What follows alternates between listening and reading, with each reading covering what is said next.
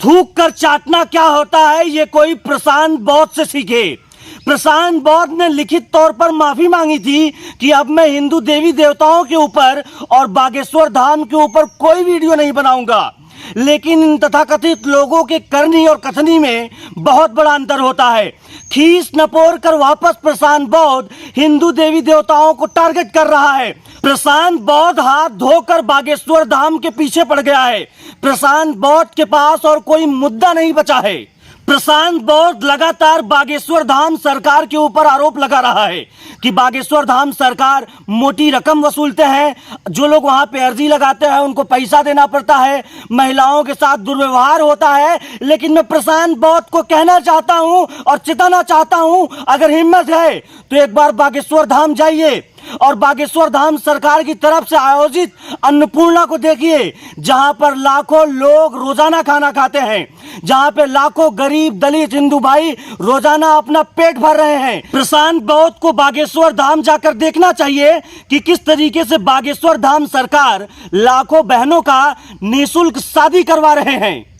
आपने देखा कि पूरे देश में किस तरीके से धर्मांतरण का खेल चल रहा है और धर्मांतरण का शिकार गरीब और दलित हिंदू भाइयों को बनाया जा रहा है।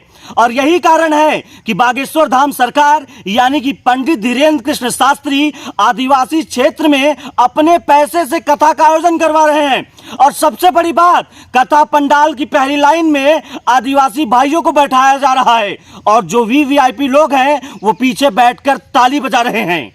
सदियों बाद हिंदू धर्म का कोई ऐसा प्रचारक आया है जिसने धर्मांतरण को मुंहतोड़ जवाब दिया है और विधर्मियों को यही बात पसंद नहीं आ रही है। प्रशांत बौद्ध जैसे लोगों को पता है कि जब तक धीरेन्द्र कृष्ण शास्त्री जैसे लोग इस दुनिया में हैं तब तक हिंदुओं को जात पात में बांटना आसान नहीं होगा। प्रशांत बौद्ध के टारगेट पर हिंदू साधु संत हैं, क्योंकि उसे पता है अगर संतों को बदनाम किया गया तो सनातन अपने आप बदनाम हो जाएगा।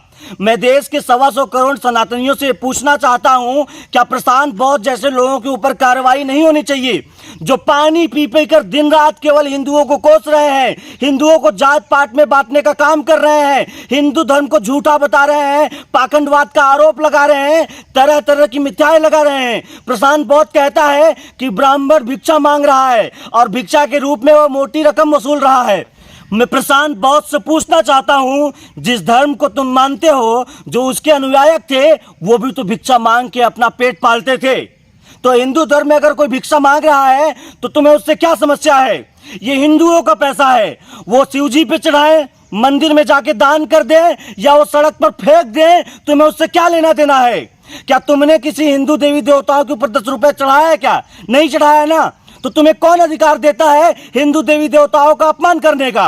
और मंदिरों में जो 10 रुपए चढ़ाया जाता है उससे धर्म कर्म का काज होता है। मंदिरों के पैसे से लाखों लोगों का पेट भरता है। मंदिरों को पैसे से भारत की संस्कृति, सभ्यता और नागरिकता को बढ़ावा मिलता है। इसलिए मैं प्रशांत बौद्ध को कहना चाहता हूं कि तुम फालतू में हिंदू देवी देवताओं को टारगेट करना छोड़ दो, सनातन धर्म को बदनाम करना छोड़ दो। तुम जिस धर्म को मानते हो उसका प्रचार प्रसार करो, लेकिन इस तरीके का अफवाह मत फैलाओ कि पूरे 125 करोड़ सनातनी तुम्हारे पीछे पड़ जाएं और मुंह छिपाने के लिए तुम्हारे पास जगह न बचे।